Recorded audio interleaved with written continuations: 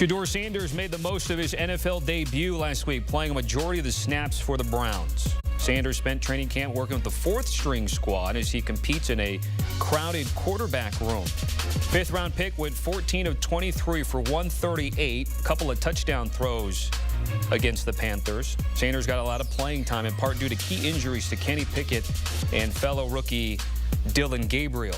Veteran Joe Flacco is the clubhouse leader to be the Week 1 starter for Cleveland. And here's head coach Kevin Stefanski.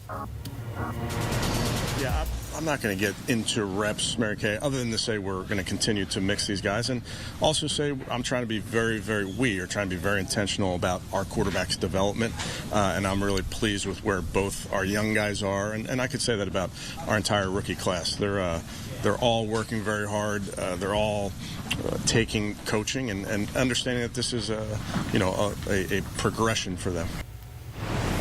Stefanski taking that question from Mary Kay Cabot, a regular out there with the Browns. Pete Prisco taken to social media, saying just a reminder, preseason leaders from a couple of years ago, Jaron Hall 4 TD passes, Tristan Jackson 3D catches, Cody Thompson 15 catches, on. And boy, Mac Jones and Zach Wilson, highest passer ratings in 115. Come on, Pete. Come on, Pete. He's a Hall of Famer. Come on. Pete Prisco and Danny Kanell. By the way, before we get to Shedeur, come on, Pete. What are we thinking? I got to rain on everybody's parade. I mean, all I needed to see was just one half a play. I'm sold. He's in the Hall of Fame. I mean, I've only been around this game for about 15 years in broadcasting. You've been around a lot longer than that. You're not sold off of one half of preseason? I mean, he's playing against bouncers and bartenders. I mean, the bottom line is the preseason means nothing, okay? Let's be real. Let's get into that right off the bat. It means nothing. Absolutely zero. There's no looks on defense. It's not complicated. Having said that, he did some good things. I mean, I'm going to give him credit where credit is due. He made a couple nice throws. He also, that throw we showed where he hit the running back out of the backfield on the long throw, he bailed out of a clean pocket where he had no business leaving that. So there's good, there's bad, but it's the preseason. It doesn't matter. And here's the problem that I have with everybody propping him up after that one game. It would have been the same problem I had if they would have ripped him if he had not played well in that one game. There's a process. He went there as the fourth quarterback. He started out as the fourth quarterback. He's still the fourth quarterback. Isn't there a reason why he's still the fourth quarterback? So basically everybody out there saying he should push for the job or should be the starter or anything like that is discounting the fact that Kevin Stefanski's been one hell of a football coach in his career.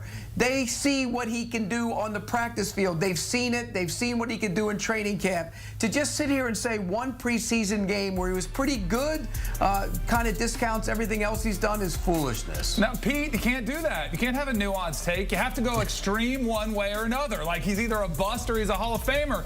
I love your take because I totally agree. Like, I think Shedeur, you know what I'm going to listen to? I'm going to listen to Shedeur, who said he had a C+ performance. Like, he thought he could have played a little bit better. I would tend to agree. But I actually thought he played a little bit better than a C+.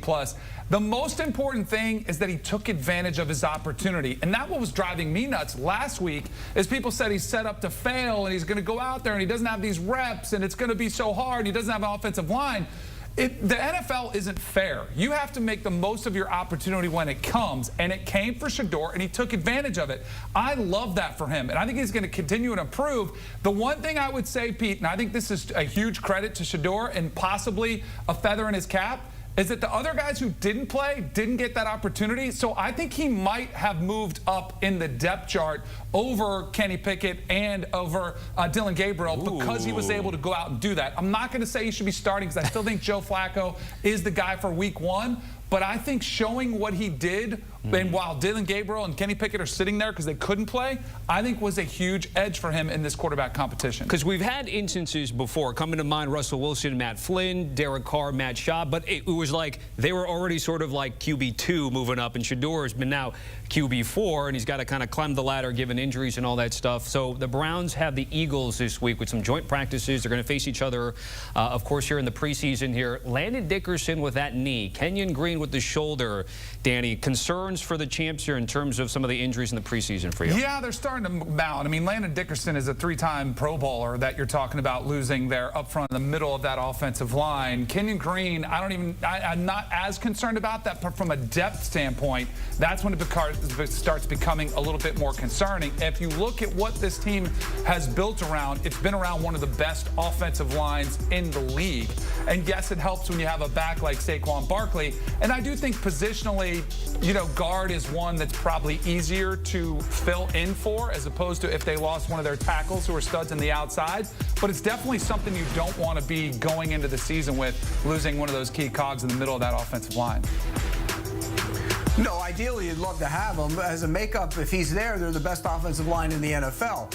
But here's the thing with the Philadelphia Eagles. Jeff Stoutland is such a good offensive line coach. Last year, remember, they were concerned about losing Jason Kelsey. They were concerned about the right guard position. It wasn't the problem. Cam Jurgens went in there and played great at center. Mekhi Becton, who's now with the Chargers, went in and played great at right guard.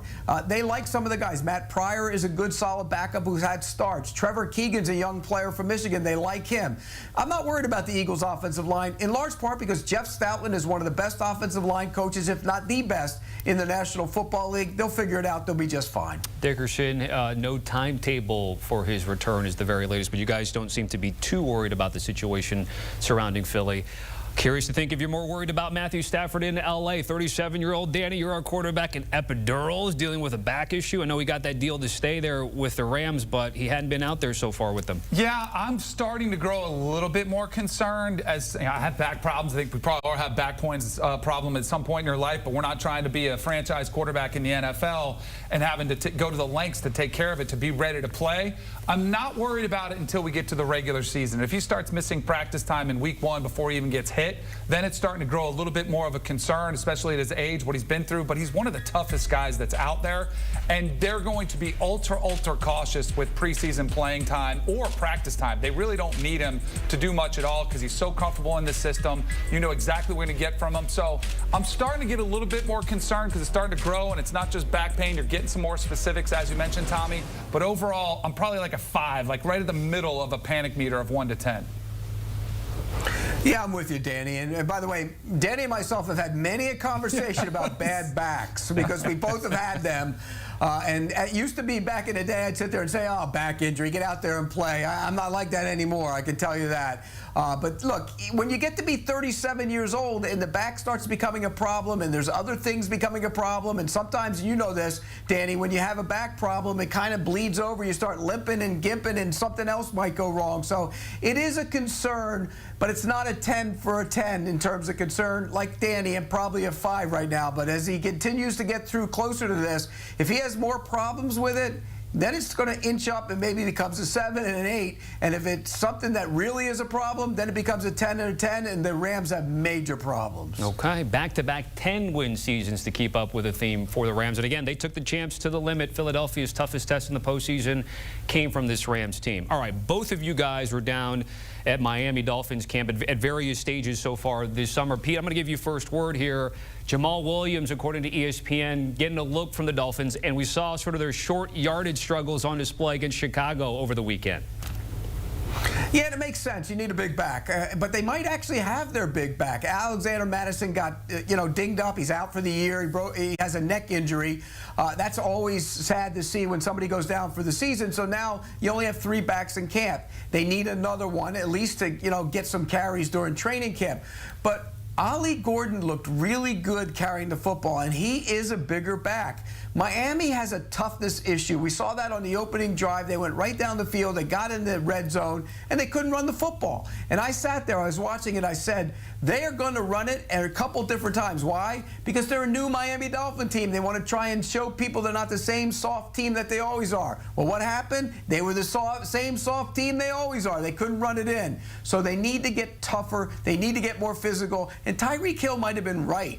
You got to get the big back the ball in that situation. I think Ollie Gordon now becomes much more of a factor in their short yardage situations. Totally agree with you on all accounts. When, down there talking about how they're going to be more physical, and to have that unfold in the first preseason game when it could have been an opportunity to put it on some starters and say, hey, let's go set the tone for the season. Instead, you come up short, couldn't punch it in that spot. And I agree with you on Ollie Gordon. 2 years ago at Oklahoma State, he was one of the best running backs in the country. Last season kind of fell apart, didn't have great quarterback play. His stats kind of fell way off there significantly. It was a big reason why he fell in the draft. But he's got top-tier potential to potentially be somebody that could come in and add that physicality to that offense. The offensive line has to do a better job, too. And I'm curious, a lot of times you'll bring in players to kind of light a spark under everybody. I don't know if Jamaal Williams is going to be the savior at 30 years old, but you could have a bigger presence in there. But this might be something the Dolphins are trying to do to wake everybody up a little bit, too. Yeah, he's been a little sparingly in terms of playing time with the Saints most recently. And again, they had Tua under center for a 10-minute drive and then fell short there in Chicago. All right, Micah Parsons, reports out there. There hadn't been much report to go in terms of contract negotiations. Pete, as it continues to kind of linger here, what's your take on the Cowboys and the star pass rusher? Boring. He's going to get done. The contract will get done. Everybody, the bad blood will go away. He'll be happy. The Cowboys will be happy. Jerry Jones will be the focal point. Look at what I did. I gave him a new deal. But for most of this preseason, what have we talked about? Micah Parsons and the Cowboys. Jerry Jones loves that. He loves it. This deal will get done, and all the bad blood will be cast aside. For all this talk about, well, he's going to, cut ties with the organization. How's he going to cut ties with the organization? He's under contract for this year. They can tag him the next 2. He can't do anything. He's bound by the organization. He could sit out. Nobody's leaving that money on the table. So the deal will get done. It's boring. Every deal gets done. Every guy plays. It's one of those times of the year where the media jumps on something and they just go way overboard. Boring. It's almost been trendy, too, Pete, to demand a trade and ask for it and say you're going to cut off ties. We saw Myles Garrett do it.